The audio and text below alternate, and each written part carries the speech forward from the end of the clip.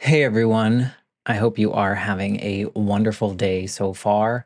I am just dropping this special little clip into all the episodes. So, no matter what episode you're listening to, this is actually pretty current as of July 2024. I wanted to come on here and just say a big thank you to Earworthy because the Life Shift podcast was just named the best overall podcast of the year in the first Earworthy Independent Podcast Awards. And you've probably seen some articles written about the Life Shift podcast before, written by Earworthy. And now he is launching from his online publication, he is launching these yearly winners of independent podcast awards. And these are specifically for indie podcasters. We are those that wear all the hats. We create the show. Some people write the show. We're producers, sound engineers. We troubleshoot all the tech. We do any kind of research if we need to. We host the shows. We distribute the shows. We do all the things that relate to our shows because we love it.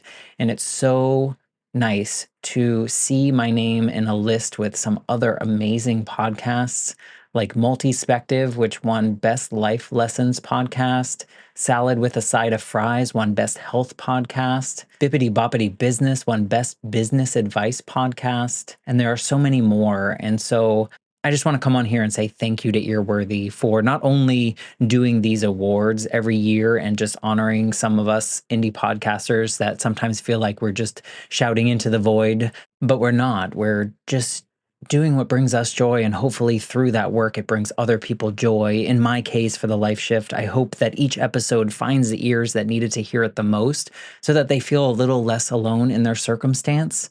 But also, Earworthy writes all these amazing publications pretty much weekly, every week, every weekday, I should say, where he writes on Blogger, Medium, Substack, Tumblr, Vocal, Many Stories, and for other places. And he really just highlights the independent podcasters. So thank you, Frank, for everything you do with Earworthy and for recognizing all of us in the first Earworthy Independent Podcast Awards. If you'd like to read more, please head to medium.com/EAR hyphen WORTHY. Thanks again and enjoy this episode. This episode is sponsored by the people that are sponsoring one episode a month on the Patreon feed for the Life Shift podcast. Thank you so much for supporting the show, the production of it, trying to make the show better than it is the week before. And so these people are sponsoring one episode a month, and that includes Brian, Gail, Nick, Sari, and my friends Trapper and Shane at Dream Vacations. Thank you so much for sponsoring this episode this week and one every single month. It really means a lot. As you know, I am doing this whole show by myself, and all the production and everything falls on me. And so any little support helps build the show up. If you are interested in directly supporting the show, please reach out to me or head to patreon.com/the Life Shift podcast, and you can find all that information there. Thanks again. We would have to sometimes practice how to put down a demonstration. They would have like mock demonstrations, and we in the security air police had to go through training of what to do, to sort of put down these demonstrations. And I just was thinking very seriously, if that really happened, I would probably throw down my weapon and join the other side, And so, as it turned out, my order was coming maybe around June of 1970. Well, when my order came, again, I had basically three choices. One was go to Canada, one was to refuse the order, or the other was just face a court martial where I would potentially be sentenced to 5 years in prison and a dishonorable discharge. And then the third option was, of course, follow the order and go to war. Well, I chose, to refuse the order. Today's guest is Robert Norris. Robert is a former conscientious objector to the Vietnam War, and he's a longtime resident of Japan. His life journey is really a testament to courage and resilience and really the power of individual conviction in something so powerful. His story is not just about defying a war, but also about embracing peace and finding the boundless opportunities that life can offer as we move through some of the most challenging moments in our lives. Robert's decision to stand up to the Vietnam War was a move that was really rooted deeply in his belief in the sanctity of human life. The act of defiance led to a court martial that forever changed the course of his life. In our conversation today, we explore the transformative power of language as we learn how Robert's strategic choice of words during that court martial trial saved him 4.5 years of his life. So, without further ado, here's my conversation with Robert Norris. I'm Matt Gilhooly, and this is The Life Shift, candid conversations about the pivotal moments that have changed lives forever.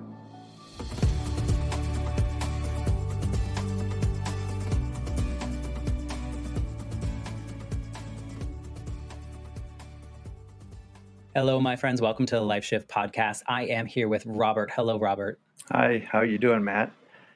Oh, we were just talking before recording, and it's very hot here in Florida right now. And it sounds like over where you are, which is in the future to me, in Japan, you're entering rainy season. That's right. We're, I think, 16, 17 hours ahead of the West Coast. So you're on the East Coast. I guess we're 13 hours ahead. Well, thank you for wanting to be a part of the Life Shift podcast. I do want to say this publicly. You sent such a kind email mentioning your story, talking about the Life Shift podcast and connecting it to different episodes that you had listened to. And I just want to publicly thank you for that, because as an independent podcaster, I get lots of pitches, but not all of them are like the way you did it. So just thank you for the way that you approached just wanting to be on the show. It was very appreciated. Thank you. My pleasure. Just good manners, I guess. My mother taught me well. Thank you. I wanted to recognize it publicly because it's not something that I see all the time. For anyone that's listening, maybe for the first time because you know Robert's on the show today, the Life Shift podcast really comes from my own personal experience. The show came from a school assignment, but my own personal experience when I was 8 years old, my mom died in a motorcycle accident. And from one day to the next, or actually from the moment my dad had to sit me down and tell me that my mom had died, my life completely changed. Like, moved 1,000 miles away from the home that I lived in with my mom. My parents were divorced. I had to go to a new school, and all the things in my life changed. And growing up, I didn't have the tools to process that. I didn't have the tools to go through the grief and understand all that. And the people around me didn't really have it either. And all that time, I always wondered, am I like the only person that has like this pivotal moment in their life where like one day is totally different from the next? Turns out I'm not. We all have these pivotal moments in our lives. But as an 8-year-old growing up, and into my teens, I really thought, God, I must be the only person that's ever gone through this. So now I get this opportunity to talk to people like you, Robert, and hundreds of other people so far in this journey, and listen to these pivotal moments and how, as humans, we respond to either these external moments that happen to us or these internal moments that we create and kind of move through the world. And so it's just been such a pleasure to kind of heal myself, if I can say that, in through conversation and just being humans, like just sitting, maybe across the world, but having these human conversations that I think so many people should be having. So thank you for letting me tell you a little bit about my show, which you already know. Yeah, it's always interesting to hear. I'm excited to hear your story. I know you have a couple really pivotal moments in your life, but I'm sure you have a lot more than that. So before you get into any of those, maybe you can just tell us a little bit about yourself here in 2024, who you are and yeah, who Robert is. Okay, well, first of all, thanks for having me on. I really appreciate that. I'm a 73-year-old Pacific Northwest native, and I was a conscientious objector to the Vietnam War a long, long time ago, and from within the military. And I was court-martialed and spent some time in a military prison. And after that, during the 1970s, I had my nomad days, spelled D-A-Z-E, where I was on the move a lot. I had itchy feet, and I did a lot of traveling, a lot of working of labor jobs and menial type of work until I finally found something I could use to sustain myself, which was cooking. I ended up in Japan in 1983 at the age of 32, and I've been here ever since. That's 41 years of expat life now, and I just retired about 8 years ago after spending maybe 25 years teaching in the university system. I'm the author of 3 novels and more recently a memoir and a tribute to my mother. And I'm relatively healthy and quite happy and content with the way things have gone. There have been a lot of roads, and like you said, a lot of shifts in the life up to now. But it's all worked out in the end, and all roads led to my destination, I guess, which was here. I'm married to a Japanese. We've been married for 37 years now, and uh, we're both quite comfortable with each other still make each other laugh a lot. you know It sounds like you've had quite the life, though, like the non-traditional American life, if you will. Like it's I'm fascinated. You've already kind of given away some of the pivotal moments, but I'm just fascinated to hear how some of those shifts in your life changed you.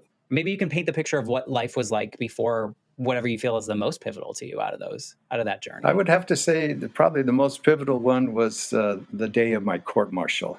To give a background to that, I'm sure most of your listeners are very much aware of American history of that time. The 1960s were quite a tumultuous time, and I grew up during the 60s. I was a country boy living basically in the redwoods of Northern California. My father was a logger, and so the outside world seemed very, very far away. But we were very much aware of the war in Vietnam and what was happening in the outside world, mainly through the media. Watching the TV news every night. And Quite different then yeah, well, probably compared to the now. major difference was that there was the draft then, conscription. And so all young men had to register for the draft, and it affected all of our lives. That's a lot of what we talked about, even going to high school. It was, friends that we knew or older brothers that we knew that had either gone to Vietnam, and some of them didn't come back, or some that did come back and had been drastically changed. And so by the time I was 18, which was in 1969, I was already thinking a lot about the war and what was my position on it, and I had a gut feeling that it was wrong. And the most fearful thing was that if we were drafted, that we'd be sent very quickly to the front lines in Vietnam. And who really knew where Vietnam was? And it was an unheard of country at the time. And why were we fighting there? We never really understood that. But our fathers had been World War II heroes, the greatest generation, so they say. We grew up on a lot of these TV programs that glorified, the victory in World War II and our soldiers over there. And so a lot of us wanted to become like our fathers. Mm. Was your father a Oh vet? yeah, he was a Okay. World War II hero. He flew with the invasion of Normandy. He flew out of England with the Army Air Corps. He went on something like 75 missions, and he didn't really talk much about the war after he came home. But I'm sure he had to deal with his own PTSD issues. Anyway, in 1969, I graduated from high school, and so not wanting to be drafted, we really didn't have too many choices. Did you want to go to Canada and run away and probably never be able to come back again, or go underground, or what was the alternative? And at that time, the Air Force and the Navy were a somewhat viable alternative to being drafted. The only difference was that instead of a 2-year commitment, you had a 4-year commitment. And so a friend of mine and I just went to visit a recruiter to find out what they had to offer. And the Air Force recruiter promised us that we could play basketball all day long. And, I was a basketball, gym rat, and we would meet all these beautiful women, and we'd travel all around the world and have adventures. And I bought it hook, line, and sinker.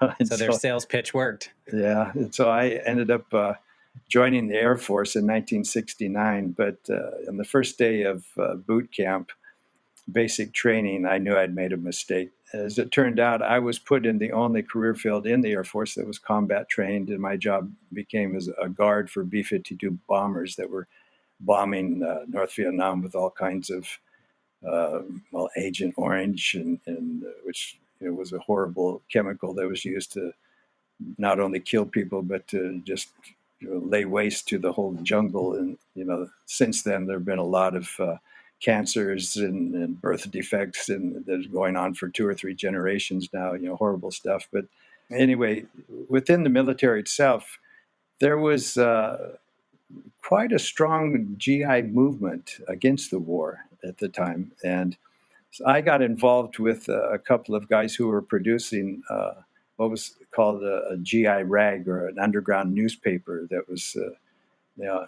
spreading news, talking with other soldiers, interviews with soldiers that had come back, reporting on things like the My Lai massacre, if you're aware of what that was, and some of the war crimes that the American side was involved in. And of course, there was a lot of stuff going on in the 1960s, women's liberation and hippies, the anti-war movement, black liberation, and all kinds of stuff. The music of the times was very much socially conscious, filled with lyrics. And so we were all listening to this music and thinking about the war. And I just had a gut feeling that it was wrong. And inevitably, or invariably, my order to go fight in Vietnam would come, since I was in a field that was guarding the B-52 bombers that were being used.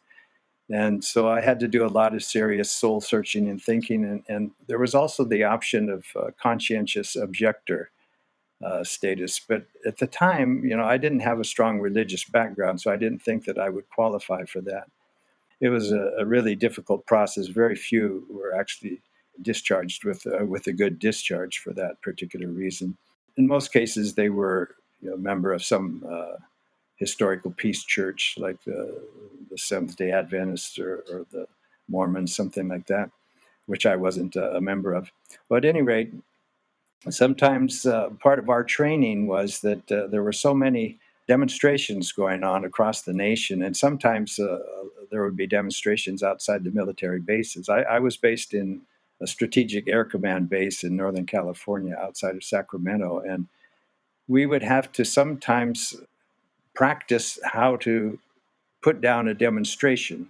They would have like mock demonstrations, and we in the security air police had to go through training of what to do, to sort of put down these demonstrations. And I just was thinking very seriously, if that really happened, I would probably throw down my weapon and join the other side. And so as it turned out, my order was coming maybe around June of 1970. Well, when my order came, again, I had basically three choices. One was go to Canada, one was to refuse the order, or the other was just face a court martial where I would potentially be sentenced to 5 years in prison and a dishonorable discharge. And then the third option was, of course, follow the order and go to war. Well, I chose to refuse the order, and I applied for conscientious objector status, and it was refused. And so I had my court martial later on in the year, maybe around the beginning of October. And I had a good military lawyer. He had been an anti-war man himself, and rather than go to Canada and throw away his 8 years of law school and his future, he determined that he could probably do a much better job from within the military. And I was his first big case, and he worked really hard on my Oh, wow. case. I was really lucky there. And as it turned out, he gave me some really good counsel.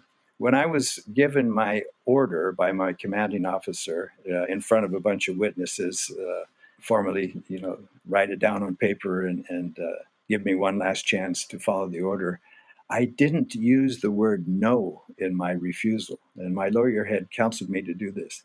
Well, at my court martial, which lasted about a full day of deliberation, I was found not guilty of the original charge, which was willful disobedience to a direct lawful order. And that carried the 5-year maximum prison sentence. But I was found guilty of a lesser military crime, which was called negligent disobedience to a direct lawful order. And I was sentenced to 6 months. And that single sentence saved 4.5 years of my life. And so that was a huge life shift for me. It was the introduction to the power of language and the importance of communication. It's And fascinating. Did you realize that at the time? not really, not Like the really. power of language? Because I would No. imagine that's something that comes later when you're like reflecting back. Because like in the moment, you're just like, I'm going to do what this lawyer says because he might know a little bit better than me. And it turns out by giving you that information, that was quite a life shift too, by just telling you like, don't say no, Yeah. say something else. What did you say? Do you know what you said? That was not no? What I said was, I don't feel I'm mentally or physically capable of killing another human being. And I just repeated that sentence over and over. and they were in such a rush to make an example of me uh, to anybody else who might have the same feelings.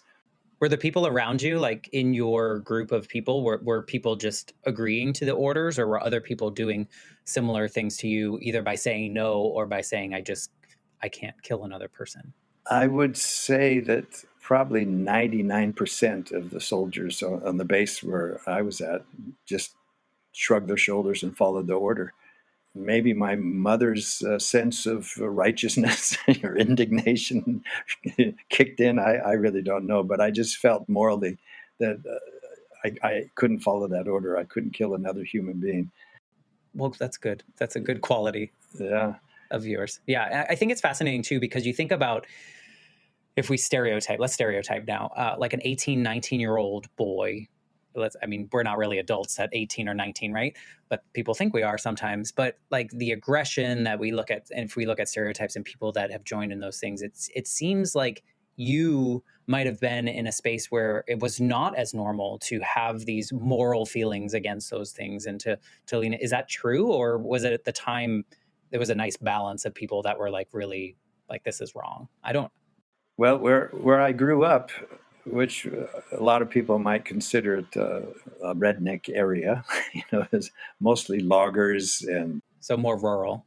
the prevailing political mood was support the war, and a lot of sort of right wing Republicans, and a lot of celebrations. I remember the American Legion, I think, was very popular in the area where I grew up in, and they had maybe two or three annual events, including one on the 4th of July, where a lot of the soldiers from World War II would join in a big parade. And most of our fathers had been in World War II, and we growing up on all those TV programs that glorified war, and even the comic books that we were reading in the 1950s were nothing but caricatures of the Nazis and the Japanese soldiers, and how the heroes were almost like supermen, the American soldiers. And so there was a very patriotic environment to grow up in.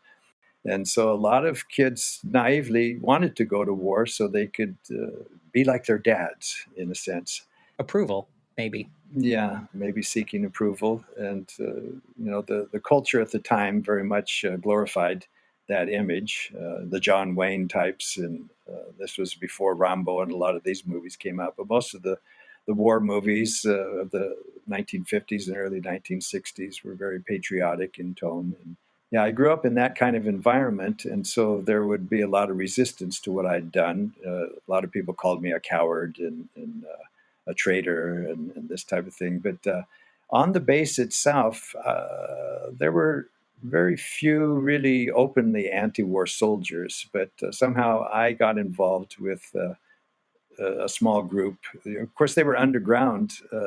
If they advertised what they were doing, they could be thrown in prison too. Which is fascinating. Yeah, and at the time, nationwide, there were a lot of coffee shops that were set up outside of military bases, where a lot of the university students, anti-war students, could meet with soldiers in some of their time off and exchange information. And there were a lot of black-white racial problems. The black soldiers who had been, well, of course, in the Army had been drafted, but even within the Air Force and Navy, there was a large percentage of minority soldiers who, for one reason or another, maybe economically, it was one way to escape from their environment that they grew up in, and maybe have a chance to develop a skill that they could use in society in later years. But there was a lot of, well, to be honest, a lot of racism within the military at the time. And so at one time, especially soldiers coming back from Vietnam and starting to organize into anti-war groups had a major influence on a lot of our thinking. Of course, the underground network where we were available. Well, of course, we didn't have the internet, but these underground newspapers were passed from soldier to soldier, and everybody was reading them. And That's so fascinating. yeah, and the music of the times, and a lot of even the movies of the times were starting to shift over to more of an anti-war point of view. So there were lots of influences. Probably I was within a very small minority. Smaller group. Yeah. Did you feel that way growing up too? Like, did you buy into the celebration of war, and I mean, obviously we want to honor vets, and that's important, but did you buy into all that stuff, or were you an outlier growing up as well with this like conscientious thoughts of war in that Mm, way?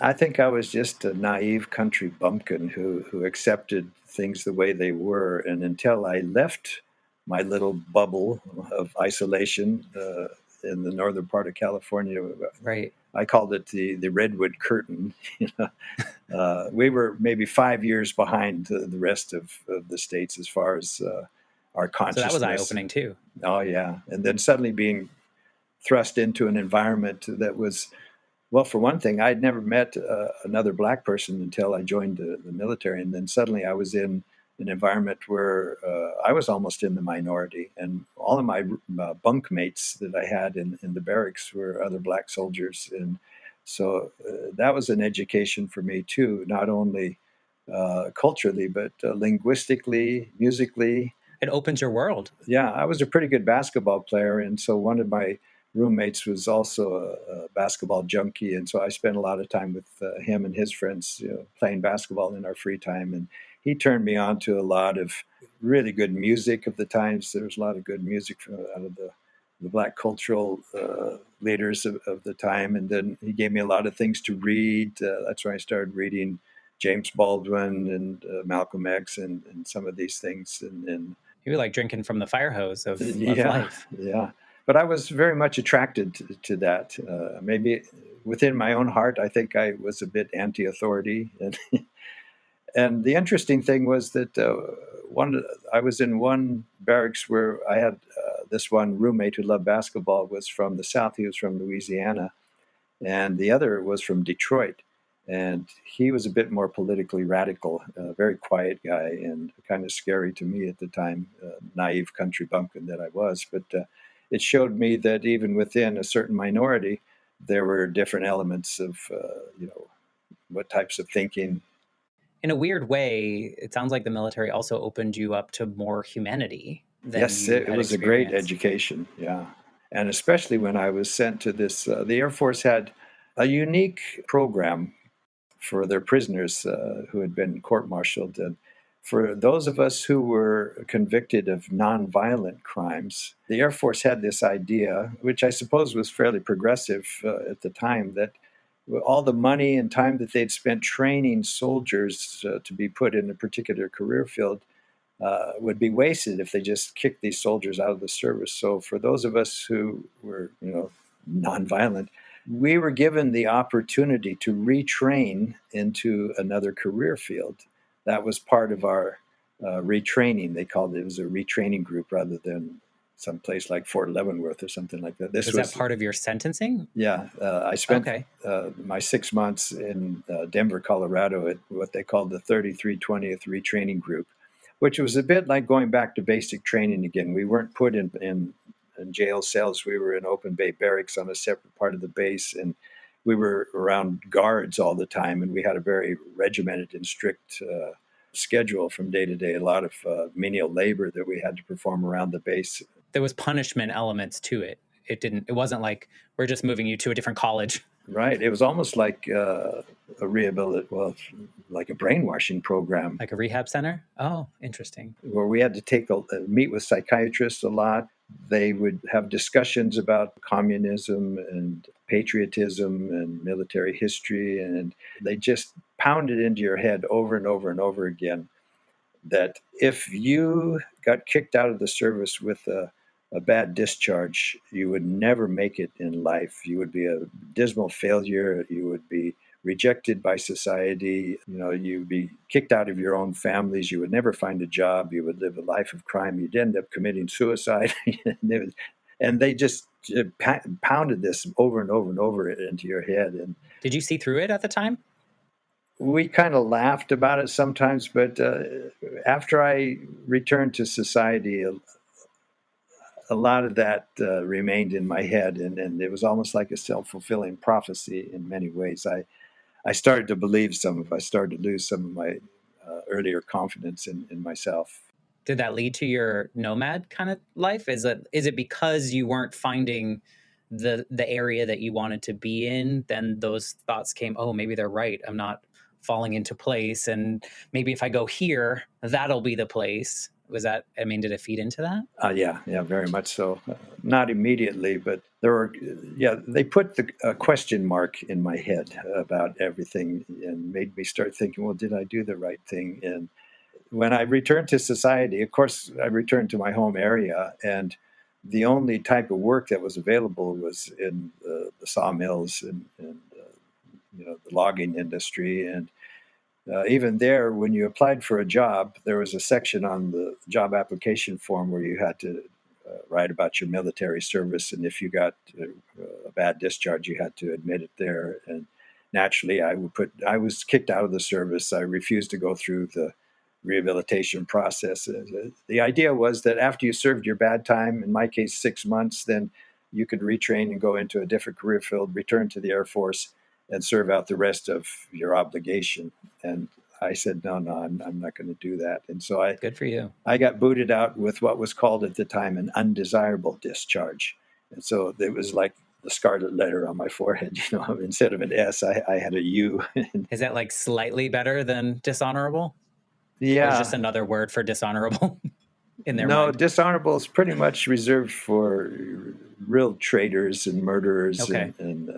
Well, I'm glad you're not that. At the time, there were 5 different types of discharge. There was the honorable discharge. A general discharge was mainly for people who just couldn't adapt to military culture or had some kind of injury or something where they couldn't perform their jobs. And so they were eased into society without any bad effects at all. They were still what would you say, eligible for some of the benefits like the GI Bill and these kinds of things. And then, Probably a less of a quote unquote shame that they attach to it, right, like the scarlet letter, like you said. yeah. And then there was the undesirable discharge, which was an administrative discharge, not a punitive discharge. Then a bad conduct discharge, which was one step up from the dishonorable discharge, and you would have a hard time finding a job with a bad conduct discharge and maybe not even be able to vote. And then, with a dishonorable discharge, you might as well just leave the country or kill yourself. At any rate, I had this image of myself as I'm undesirable. And whenever I would apply for a job, I would have to get into a sort of political argument because with whoever was doing the hiring, because in many cases they were former soldiers themselves who had served, in the Korean War or in World War II. In many cases, it worked in my favor because I would get very passionate about my feelings. And so, even though we disagreed strongly about the war in Vietnam, they liked my spunk. And so I ended up getting hired for a couple of jobs. They didn't amount to much, but even so, I tried to go to school for a while. But I was 2 or 3 years older than the other kids who were 18 at that time. But I felt like I was 100 years older. Yeah. Well, you had been through a lot more than a lot of those 18-year-olds, even in a short amount of time. So I can understand that. Yeah. So one of the first effects post military prison was, yeah, about 2 or 3 years later, 1973, I came across a book called Europe on $5 a Day and how to, take a backpack and just bum around Europe. And I was starting to read such books as the Beatnik poets and Jack Kerouac's On the Road and some of the expatriate writers like Henry Miller, and I was being influenced by them. And so many of us, the hippie, the counterculture of the time, many of us did the same thing in kind of a search for identity, I guess you could call it. I hitchhiked across the states and bummed around Europe for about 6 months. And everywhere I went, I met other young Europeans who were playing music or they were writing poetry or singing or painting. And they would gather in small groups at these little rural campgrounds and pass information. It was like an underground network where if you made a friend with somebody and you told them, "Oh, I'm going to Spain," they would say, "Well, I have a friend who lives in Spain. If you go there in October, you might be able to, get a job picking fruit or something like that."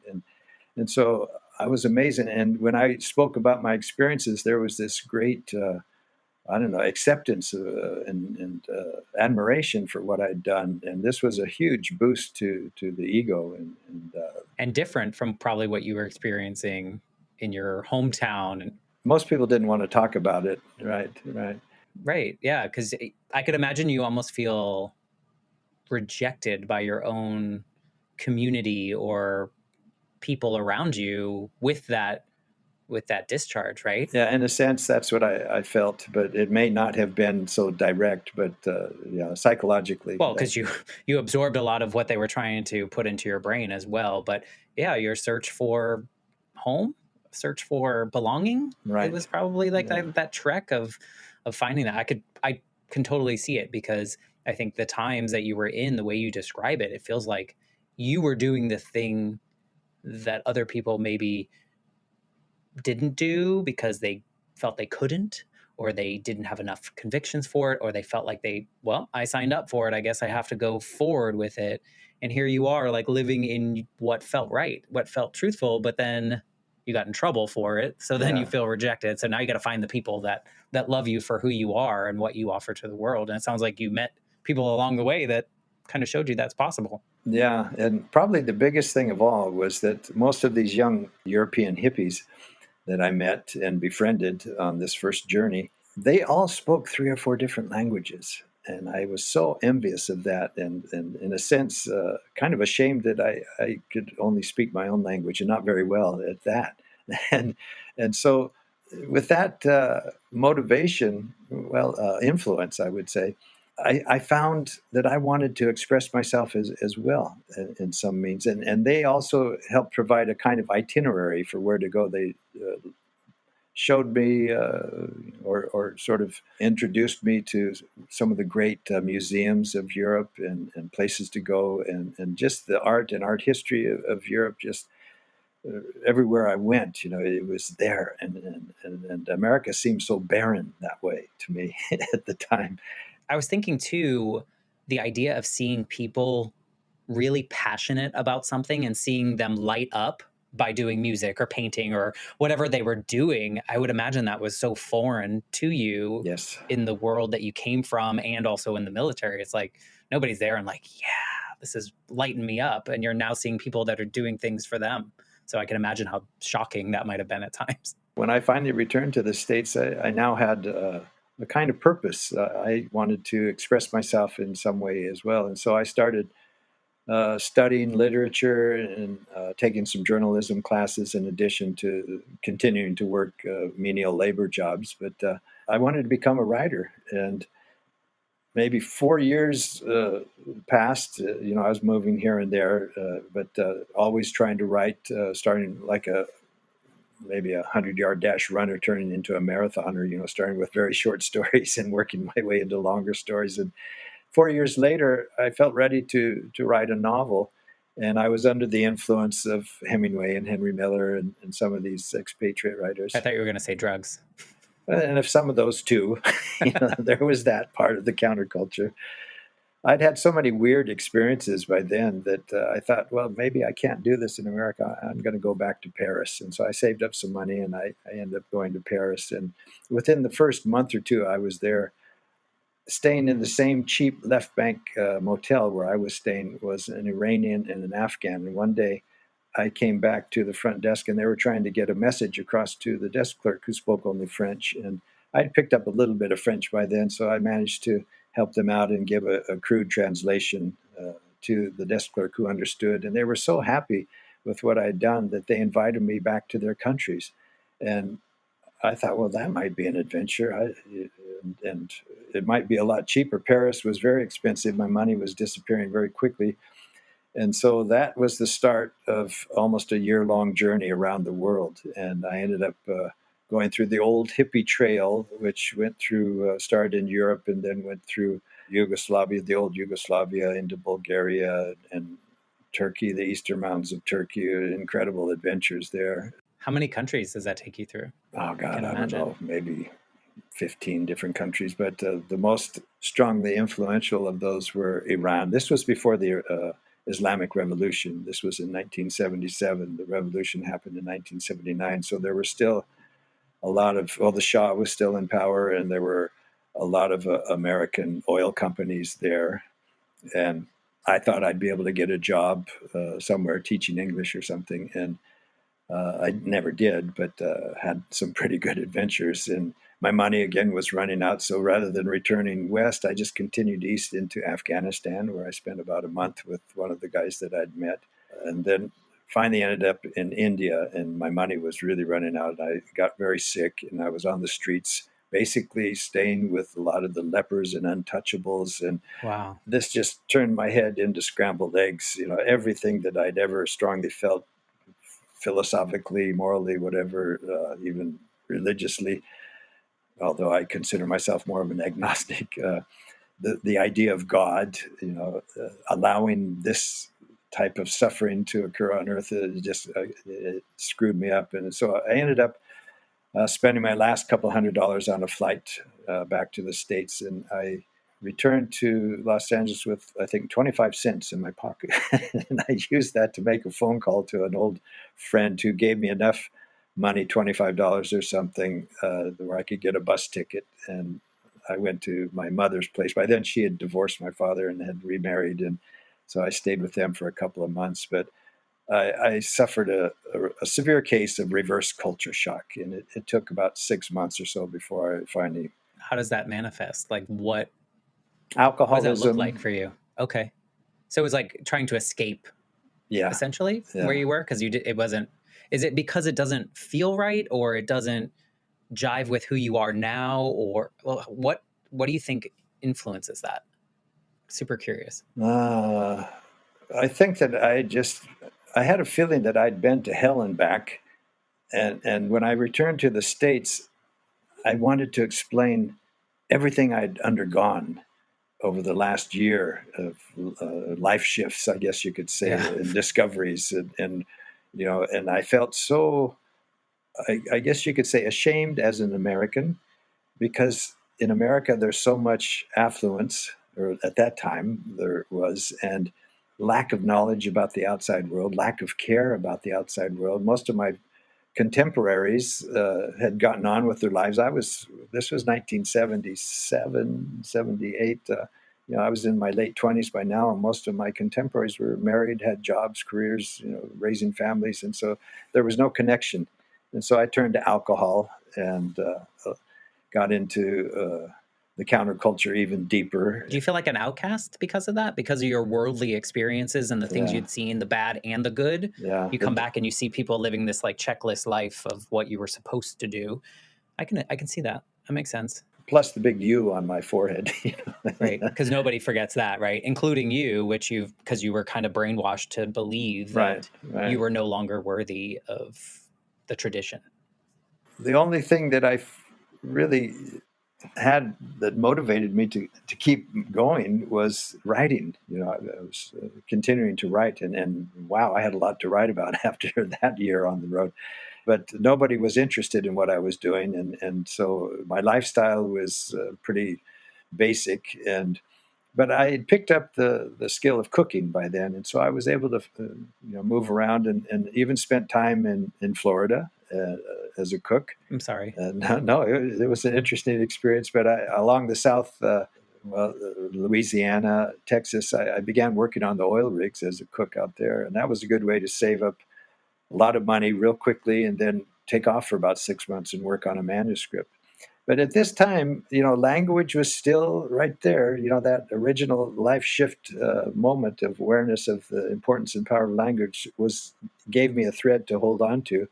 And my dream at the time was to live and work and study in a foreign country. And eventually, another 4 years passed, and I was in Maui. I had a writer friend who was there and had a room that he offered me to stay in for free, and I could write while I was there. But while I was on Maui, Maui. it Yeah. was like paradise in a sense. And Right. so the only writing that I got done there was a couple of letters back to my mother, I think. Good Well, intentions, but he had been to Japan before. He was kind of a counterculture hero and very much involved in the anti-war movement from his college days. Had written a couple of books that were New York Times bestsellers, and so he had become even more famous in Japan. He had a couple of his books translated into Japanese, and so he had been to Japan. and really liked it, and had a couple of friends who were still staying there. And he planted the idea in my head of it would be possible to go to Japan and find a job teaching English. And he gave me the address of a friend, and the friend agreed to put me up until I got set up on my feet. And so I bought a one-way ticket to Japan, and had my last $100 or so. After my money had run out, my savings had run out. I thought, well, this is it. This is another life-shifting moment. But I had survived so many times in the Right. You're taking past. that chance. It didn't seem that big of a risk. I had faith in fate, I think, still. Yeah, within the first 2 or 3 weeks I was here in Japan, I'd found a job, and you know, at the time, I didn't have any qualifications. I had maybe a year's worth of college credits, but I ended up meeting my wife. We got married, and so I made the commitment to long term expat life. But the job I was working was as an English conversation teacher, which wasn't a very stable job, even though Japan's economy was booming at the time. This was the 1980s. I had no problems finding sort of piecemeal work, part time work, and it was enough to get by, but it wasn't very stable. And so the best possibility for me would have been as a university teacher, full time university teacher with benefits. But in order to do that in Japan, I needed a master's degree.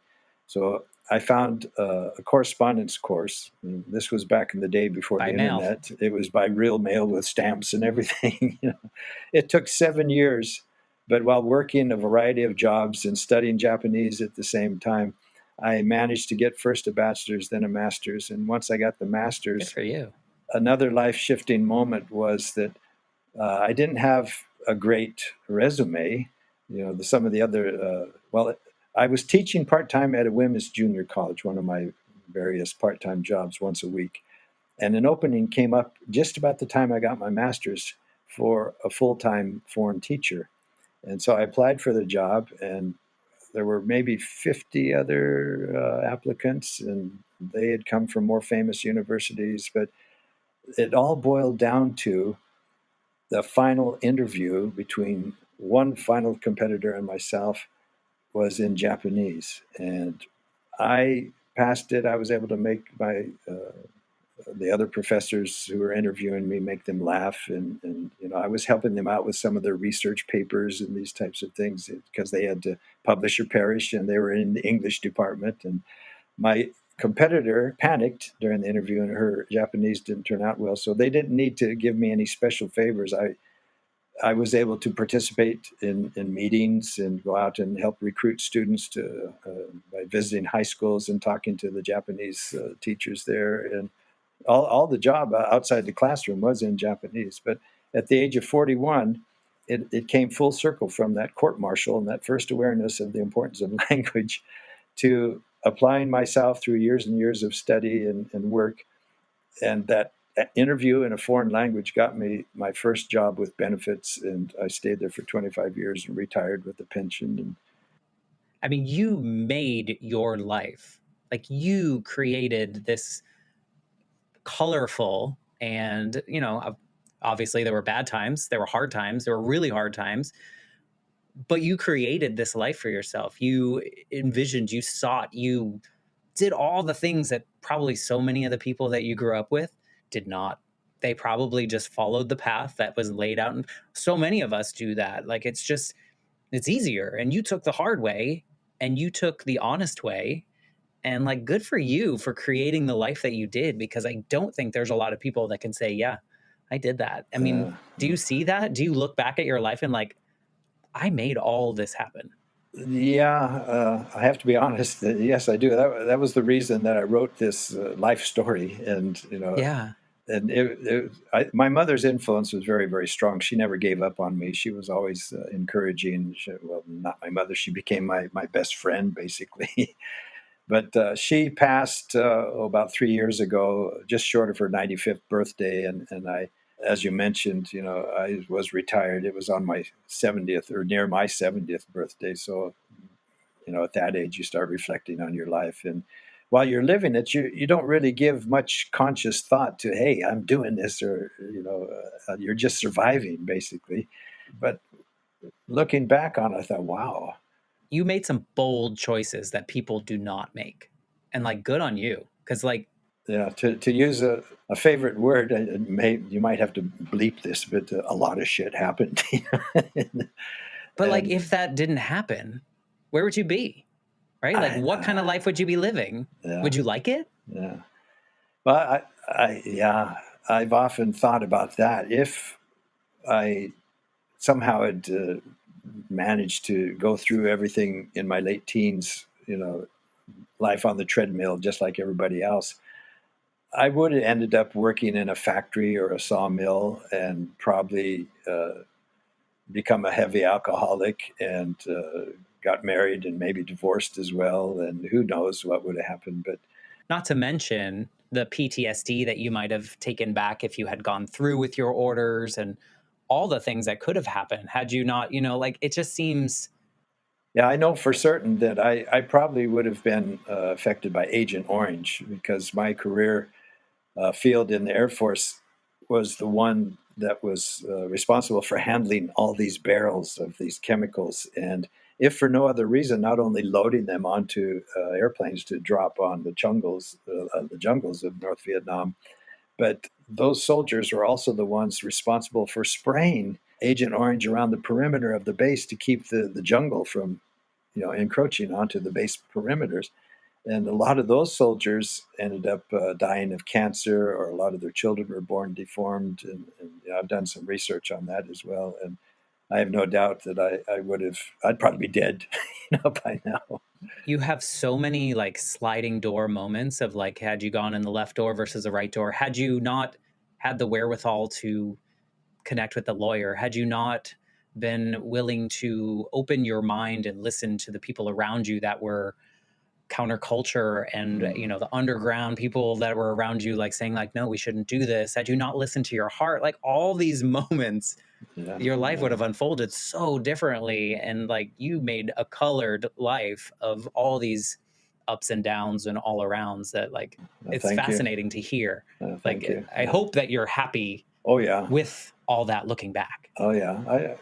I feel a certain amount of pride, in having, and in the end, all these different roads that I've trod led me to my wife as well.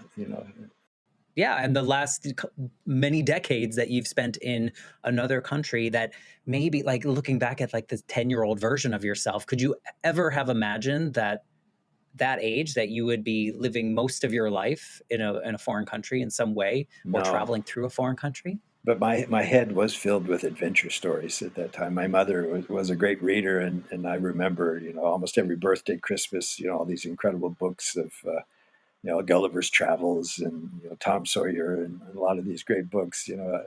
I was always interested in stories, and I had a wild imagination. Would you have imagined this for yourself, this No, life? not this far. I imagine myself as like a baseball player with 2 outs in the bottom of the ninth and hitting a grand slam home run or something like that. All the people taking pictures of you, all the flashing lights and all the celebration. Yeah. Uh, No, I think it's, coming from I lived so much of my life out of fear after my mom died, out of fear that my dad was also going to leave me, uh, because it was like this abandonment. And so much, decades of my life, I lived in the pattern that the people probably in your hometown lived in. Like you just do the next thing that was required of you so that everyone around you thumbs up you, gives you the thumbs up and like just keep going, and you look for the next promotion or you do, and so hearing a story like yours that is so intentional, like mm, leaning into the fear, leaning into the fate, leaning into all these things, it's just like mind blowing to me. And like I'm so jealous a well, little bit, but I love that you reflected on that and you've seen that in yours, because it's so inspiring to like just lean into what you're feeling and where you need to go, because look what you can create. yeah, it's kind of amazing. There are times when I've thought, well, maybe there is something to the idea of a guardian angel, or every religion has its version of it, not just Christianity, but the Buddhists have their Dharma bumps, and and it seemed like at key moments, always throughout my life, not only in the States but many times abroad as well, when I had no idea what I was going to do the next day, I was in a kind of a desperate situation and just sitting and waiting, hoping that something would happen, or even like being in the middle of the desert and hitchhiking, you know, and seeing only like Gotta hope one someone shows car, up. yeah, for the whole Right. day, and you see it from miles away, it's this the little, and how many times somebody, some kind person, would stop and offer a hand or offer a sandwich or offer some direction or offer a place to stay for the night or offer a part-time job just out of the kindness of their heart. I was a total stranger to them. And it's almost as if these people were placed on my path, but at the same time, I was open to the experience. But you also described you were the same way, helping those people in Paris at the desk that were struggling, trying to communicate with you Mm-hmm. stepped in and you didn't have to, you didn't need to. And look what the door that opened up because of that. Like, I Yeah, mean, it yeah. just, I think it's a little bit of this karma idea as well, as like you put some good into the world and good can come back. And if we choose to accept that or look at it as a good thing, then, like thumbs up. So you were putting that in the world too. I think I kind of tuned into that on that first journey to Europe, and I was meeting all those young poets and musicians and vagabonds, and lots of People living their best lives yeah, in the smallest ways possible too, right? yeah, Well, it's yeah. interesting too because like you see or you the images that I get of you describing those people, it sounds like they're living their best lives in the smallest way possible. Like if they're Mm, not expending a lot of like money or like extravagant things, it's like they're living in this small place but living loud and yeah, big yeah. and like in their purpose. So it's so fascinating. Your story is so fascinating, and I hope people listening like check out your books and stuff too, or in your memoir and whatnot. I'll let you share a little bit about that in just a second. I want to ask that my typical end question is, if you could go back to Robert at that court martial, like about to get your sentence, is there anything that this 73-year-old version of you would want to tell him? Because I'm sure that was a scary moment. Yeah, I had no idea what I was prepared for the worst. I thought maybe the next 5 years of my life are going to be at Fort Leavenworth, perhaps, and the rest of my life is like a dark hole of sorts. No, I think but uh, my You mother. don't have to talk to him. No, You don't have to tell him anything. I think I'd sit down and have a beer with him and probably just make a few jokes. But I would tell them just have faith in yourself. Keep moving forward. Keep moving forward. Keep believing. There is a meaning to all this madness, and you know whatever you're searching for will find you. You're not going to find it. It will find you. Just believe it, and that's about all I could say. And here, have another drink. You're gonna need this. Yeah, You're gonna need yeah. this. Buckle up, Robert. You need to get on with It's going this. to be a No, I mean, wild ride. yeah, and I mean, we can't go back and say those things, but it's so fascinating to think of, and I always visualize it. And so, thank you for painting that picture of that visualization for me. If people want to check out your books, they want to connect with you, they want to like learn more about you. What's the best way to like get in your orbit or learn more about you? Probably my homepage. It's robertwnorris.com. Okay, I'll give the link in the show notes, so we'll give them direct links to all that. I do have a very basic Facebook page, but I don't have much of a presence on social media. Okay, I have enough that's allowed. problems. Yeah, trying to keep up to date with my Japanese and communicating with the world outside. But yeah, it's available at So if Amazon they go to or your website, they can find information about your books. They could. yeah, all the links. And there's also my email address is there as well. Yeah.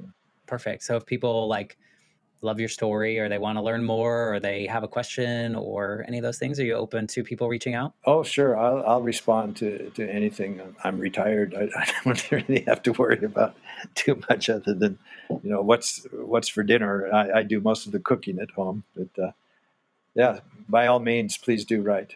Yeah. Well, thank you for sharing your story and allowing me to ask the questions that I did and follow and just really be inspired by kind of the way that you colored your own life and made it yours. So just thank you for just wanting to be a part of this. Well, thank you, Matt. I've enjoyed this a lot. You're very easy to talk with, and continued success on your end as well. Keep up the good work.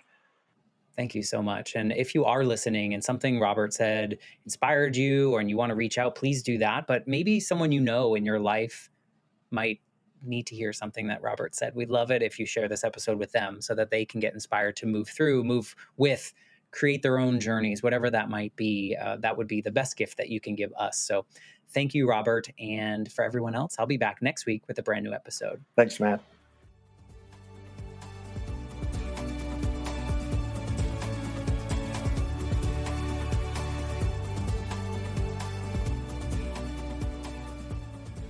For more information, please visit www.thelifeshiftpodcast.com.